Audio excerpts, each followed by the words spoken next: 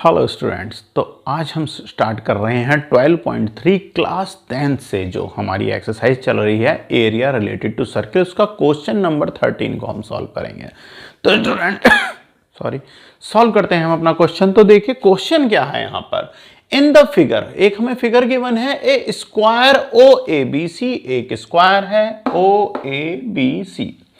Okay students, inscribed in a quadrant O P B Q, O P B Q एक quadrant है हमारा। If O A equal to 20 centimetre, O A जो है वो 20 centimetre. तो ध्यान दीजिए कि हमें क्या दिया हुआ है, हमें दिया हुआ है ये क्या है, स्क्वायर है। तो इसकी ओ ए जो हो जाएगी, यानी ईच साइड क्या होती है, स्क्वायर की इक्वल होती है। तो स्टूडेंट ओ ए भी कितनी हो जाएगी, 20 हो जाएगी, और ओ सी भी क्या हो जाएगी, 20। इट मीन्स ये भी आपकी 20 हो जाएगी और ये साइड भी कितनी है, क्योंकि चारों साइड जो होती हैं स्क्वायर की वो बराबर होती हैं। एल इक्वल टू बी होती है, ठीक है ना, एल और बी दोनों ही बराबर होती हैं। तो अब यहां से स्टूडेंट हमें क्या समझना है, ये जो क्वाड्रेंट है हमें बताना है ये शेडेड पार्ट जो है, remaining part of the quadrant जो है, इसका एरिया क्या होगा, इसका क्षेत्रफल कैसे निकालेंगे। तो स्टूडेंट जैसा कि मैं आपको बताता हूं, सबसे पहले एक क्वेश्चन का फॉर्मेट तैयार करते हैं। तो स्टूडेंट फॉर्मेट कैसे तैयार करेंगे, सबसे पहले हम एक काम कर लें। अगर हम इस क्वाड्रेंट का टोटल क्वाड्रेंट जो है, हमें इसका एरिया फाइंड आउट कर लेते हैं। फर्स्ट स्टेप हो जाएगा हमारे क्वेश्चन का। सेकंड स्टेप पे क्या करेंगे, हम इस स्क्वायर का भी एरिया निकाल लेंगे। दोनों को अगर हम माइनस कर दें तो स्टूडेंट्स आपका ये रिमेनिंग पार्ट जो है, रेड कलर से जो मैंने शेड किया हुआ है, इस पार्ट का यानी इस पोर्शन का जो है आपका एरिया निकल आएगा। तो स्टूडेंट शुरू करते हैं अपने क्वेश्चन को। तो सबसे पहले क्या करेंगे हम स्टूडेंट, सबसे पहले हमें क्या करना है, हमें अगर अपने क्वाड्रेंट का अगर इसका एरिया फाइंड आउट करेंगे तो स्टूडेंट सबसे पहले हमें इस क्वाड्रेंट की रेडियस निकालनी पड़ेगी।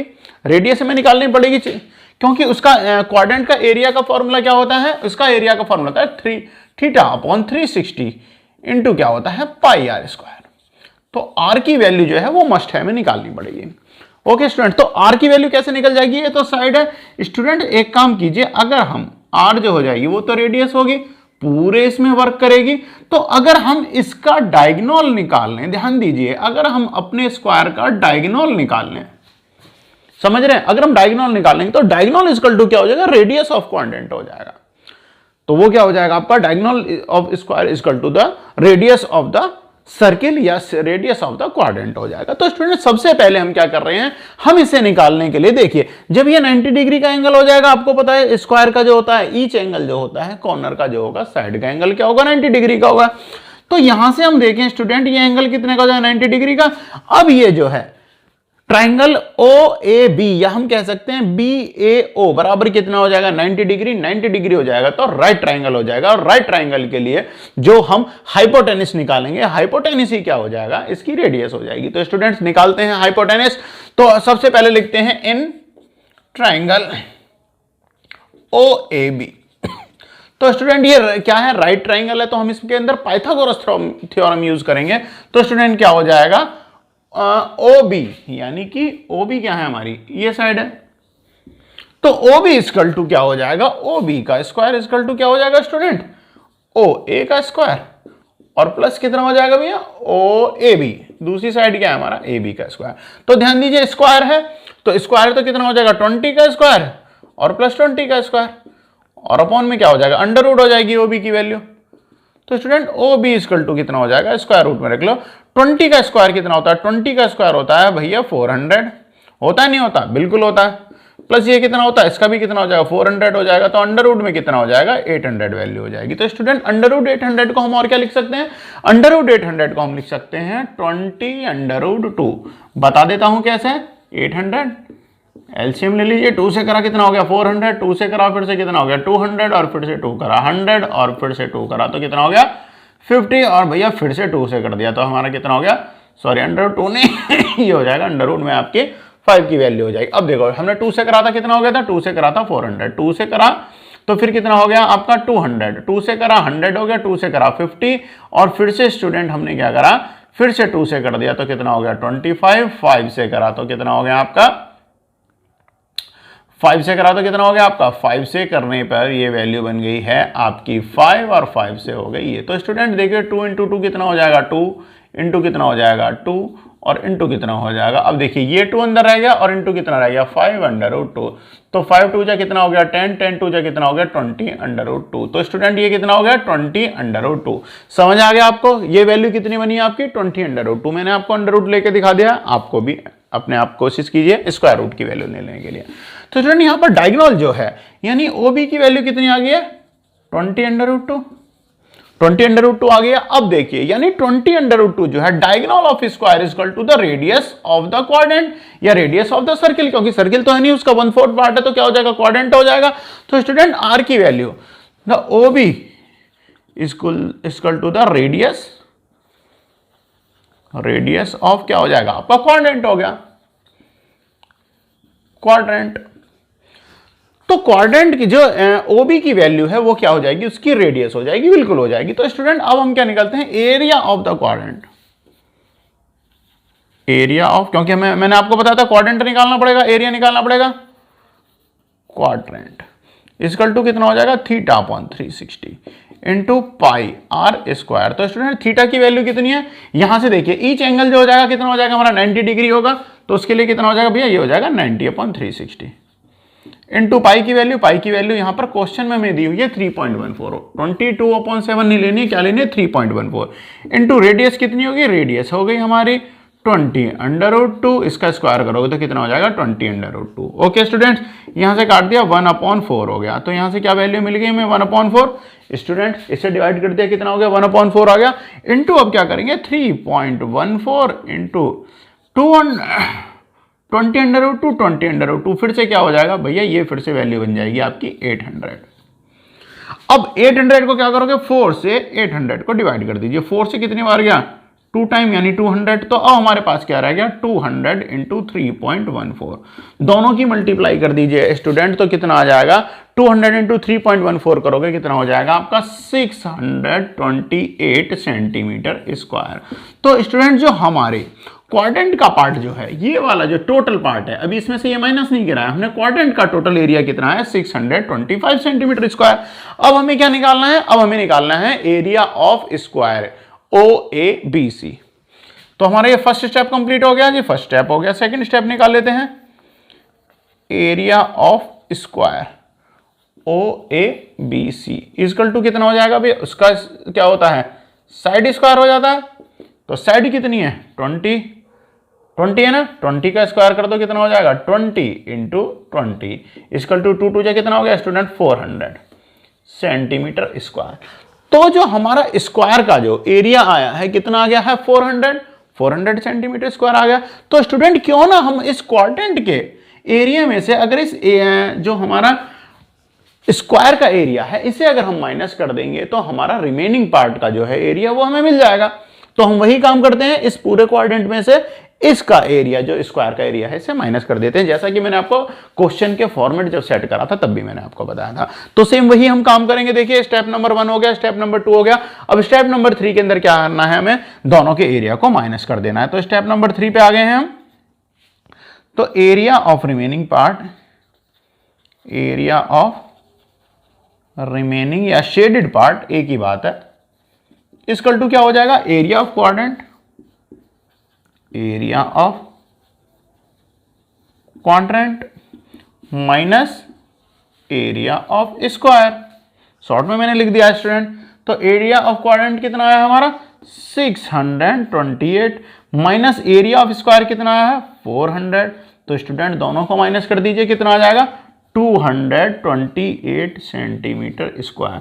तो स्टूडेंट रिमेनिंग पोर्शन यानी रिमेनिंग पार्ट जो है हमारा शेडेड पार्ट जिसे बोला गया है उसका एरिया कितना आ गया है 228 सेंटीमीटर स्क्वायर। तो स्टूडेंट क्वेश्चन नंबर 13 जो है वो हमारा कंप्लीट हो गया है, सॉल्व हो गया है। उम्मीद करता हूं आपको बहुत अच्छे से समझ आ गया होगा। अगर आपको अच्छे से समझ आ रहा हो तो वीडियो को लाइक कर देना, चैनल को सब्सक्राइब कर देना। तो स्टूडेंट्स ये हमारा हो गया क्वेश्चन नंबर 13। अब हम क्वेश्चन नंबर 14 को सॉल्व करते हैं। क्वेश्चन नंबर 14 की तरफ चलते हैं। Students question number 14 next question आपके सामने हाजिर है। तो नेक्स्ट क्वेश्चन में हमें क्या दिया हुआ है, जैसा कि आप डायग्राम से ही समझ रहे हैं, AB and CD are the respectively arc of the two centric circle, to concentric circle, यानी कि दो हमें रेडियस दे रखी हैं। एक क्या दी हुई है हमें, दो रेडियस दे रखी हैं। एक तो क्या है हमें देखिए OD OB दी हुई है, और क्या दी हुई है OD। यहां पर देखिए OB की जगह AB यानी दूसरी साइड AB दी हुई है, और OC दोनों एक ही बात है, हमने दूसरी तरफ की लिख ली है, कोई फर्क नहीं पड़ता इससे स्टूडेंट, क्योंकि दोनों तरफ की जो टोटल रेडियस होगी वो बिल्कुल बराबर होगी। तो स्टूडेंट यहां से देखिए दोनों जो रेडियस दे रखे हैं, एक रेडियस हमें दी हुई है 21 और दूसरी रेडियस हमें क्या दी हुई है 7 सेंटीमीटर दी हुई है। Okay student, the centre O F angle OAB OAB यानी AOB या BOA जो है हमें कितना दिया हुआ है 30 डिग्री दिया हुआ है। कितना दिया हुआ है हमें 30 डिग्री गिवन है AOB। Find the area of the shaded region. तो स्टूडेंट ये शेडेड रीजन जो मैंने रेड कलर से लाइनिंग जो की हुई है, शेडेड पार्ट जो बना हुआ है, इसका एरिया हमें फाइंड आउट करना है। तो स्टूडेंट बहुत सिंपल क्वेश्चन है, थोड़ा ध्यान दीजिएगा। तो सबसे पहले हम क्या करते हैं, सबसे पहले क्या है, फर्स्ट स्टेप क्या होता है, क्वेश्चन का एक फॉर्मेट तैयार करना कि कैसे उसे सॉल्व करेंगे, यानी ये हमारी रणनीति होती है कि हम क्वेश्चन को किस तरीके से टैकल करेंगे। तो सबसे पहले स्टूडेंट हम क्यों ना करें कि एक काम करें, टोटल ये जो हमारा क्वाड्रेंट जो दिया हुआ है, जो भी हमें एरिया दिया हुआ है, इसका सेक्टर जो दिया हुआ है, टोटल सेक्टर माइनस, देखिए मेजर सेक्टर में से अगर हम ये माइनर सेक्टर घटा दें, बड़ा वाला इसलिए हम इसे मेजर सेक्टर बोल सकते हैं, छोटा वाला इसलिए हम इसे माइनर सेक्टर बोल सकते हैं, ठीक है ना। वैसे क्या होता है हमारा सर्किल के अंदर मेजर सेक्टर और माइनर सेक्टर अलग अलग होते हैं, बट हम यहां पर जो बड़ा वाला सेक्टर है इसे मेजर सेक्टर बोल दे रहे हैं, इसे माइनर सेक्टर बोल दे रहे हैं। अगर दोनों के एरिया में से मेजर सेक्टर में से माइनर सेक्टर हटा दें तो ये रिमेनिंग शेडेड पार्ट वाला सेक्टर हमारा आ जाएगा, इसी का एरिया हमें निकालना था। बिल्कुल इसी तरीके से सॉल्व करेंगे। तो स्टूडेंट सबसे पहले क्या करते हैं, हम एक फॉर्मेट बना लेते हैं, एक ही स्टेप में हो जाएगा। फॉर्मेट क्या हो जाएगा हमारा क्वेश्चन का, फर्स्टली हम जो एरिया निकालेंगे, एरिया ऑफ सेक्टर कौन सा, OAEB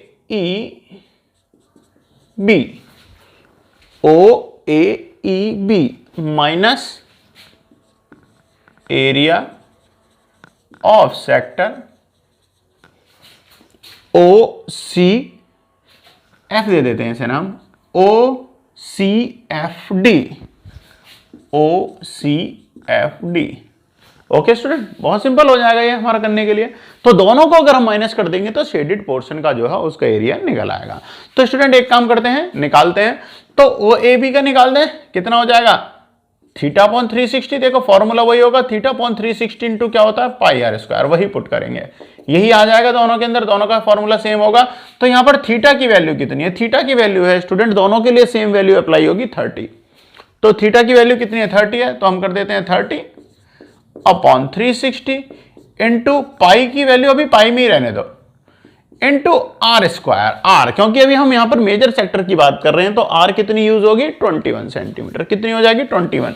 तो 21 का स्क्वायर कर दीजिए, बिल्कुल कर दिया, माइनस माइनर सेक्टर को देख लो, उसका भी थीटा कितना है 30 है, 30/360 हो गया जी, हो गया जी। पाई की वैल्यू रख दो, इसकी रेडियस कितनी है स्टूडेंट, इसकी रेडियस दी हुई है 7 सेंटीमीटर, तो रेडियस कितनी है 7 सेंटीमीटर है, 7 का स्क्वायर कर दीजिए। अब एक काम करते हैं, देखो कितना हो जाएगा 30/360, 30/360 कॉमन है, पाई भी कॉमन है, पाई भी कॉमन है, तो दोनों को भैया ले लो कॉमन, 360 पाई, ये दोनों ले लिए कॉमन। अब हमारे पास क्या रह गया 21 का स्क्वायर माइनस का कितना रह गया 7 का स्क्वायर। अब स्टूडेंट देखो a² माइनस b² से आप चाहो तो इसे डायरेक्ट भी कर सकते हो, 21 का स्क्वायर कर दोगे माइनस 7 का स्क्वायर कर दोगे, दोनों को आपस में माइनस कर दोगे। बट हम इसे अगर वैसे सॉल्व करें तो कितना हो जाएगा, पहले मैं इसे कैंसिल कर दूं, 1/12 हो जाएगा, कितना हो गया 1/12 इंटू पाई की वैल्यू 22/7। यहां से देखो 21 का स्क्वायर, हम एक काम करें 21 + 7 और दूसरे में कितना हो गया 21 - 7, a + b a - b, ठीक है ना। तो स्टूडेंट क्या हो गया 1/12 इंटू कितना हो गया 22/7। अब देखो 21 + 7 कितना हो गया 28, बिल्कुल ठीक है, इंटू 21 - 7 कितना हो गया स्टूडेंट 40 हो गया। अब यहां से हम देखो सॉल्व करना, कैलकुलेशन को समझना स्टूडेंट, यहां से ये किस तरीके से हो रही है, 7 से इसे करा 4 टाइम, आप चाहो तो डायरेक्ट भी कर सकते हो, 1 × 22 × 28 × 14 कर सकते थे, बट हम इस कैलकुलेशन को थोड़ा शॉर्ट कर देते हैं। एक काम करो, आपको यहाँ पे अच्छे से दिखाई देगा, मैं यहाँ पर दोबारा से नोट कर दे रहा हूँ, 1/12 था 12 था, 22/7 था 22/7, 28 इंटू क्या है 14। यहां से ध्यान दो, इससे डिवाइड करा कितना हो गया 4 टाइम, ठीक है जी। अब 4 से इसे डिवाइड कर दिया 3 टाइम, ठीक है। अब हमारे पास क्या रह गया, अब हमारे पास सिर्फ रह गया, देखो 4 से इसे डिवाइड कर दिया 3 टाइम, 22 इंटू 14 कितना रह गया 22 इंटू 14 अपॉन 3, ठीक है स्टूडेंट। तो 22 इंटू 14 की आप जब मल्टीप्लाई करोगे तो ये कितना आ जाएगा, करके देख लेते हैं एक बार। तो देखो यहां से अब कुछ कैंसिल हो रहा है क्या, अब है हमारे पास कुछ, अब हमारे पास ऐसा कुछ भी नहीं बचा हुआ। तो 22 इंटू 14 कर लीजिए, कर लेते हैं। तो 14 इंटू 2 कितना हो जाएगा 28, 8 हो गया, 2 कैरी हो गया। 28 इंटू 2 कितना हो गया 30। तो स्टूडेंट कितना हो गया 308 अपॉन कितना हो गया 3 सेंटीमीटर स्क्वायर। तो स्टूडेंट रिमेनिंग पार्ट यानी कि जो शेडेड पार्ट है उसका एरिया कितना आ गया है 308 अपॉन 3 सेंटीमीटर स्क्वायर। आप डिवाइड कर देंगे तो ये आंसर आपको डेसिमल में मिल जाएगा। तो स्टूडेंट इसी तरीके से हमने अपना क्वेश्चन को सॉल्व किया है। अब देखिए क्वेश्चन, नेक्स्ट क्वेश्चन, अब हमारे इस एक्सरसाइज के सिर्फ 2 क्वेश्चन रह रहे हैं। क्वेश्चन नंबर 14 हो गया, तो क्वेश्चन नंबर 15 और 16 है। पर मैं आपको बता दूं जो आपका क्वेश्चन नंबर 15 है वो इतना लेंथी नहीं है, पर क्वेश्चन नंबर 16 जो है वो थोड़ा लेंथी है। अगर मैं इसी वीडियो के अंदर उन्हें कवर अप करता हूं तो वीडियो ज्यादा लेंथी हो जाएगी, इसलिए इसके लिए मैं एक नेक्स्ट पार्ट बनाऊंगा। तो स्टूडेंट जब तक वीडियो को ढंग से देखें और हाँ प्रैक्टिस करते रहिए, बोर्ड के अंदर बहुत इंपॉर्टेंट है। चैनल को लाइक करें, सब्सक्राइब करना बिल्कुल ना भूलें। जय हिंद, पढ़ाई अच्छे से कीजिएगा।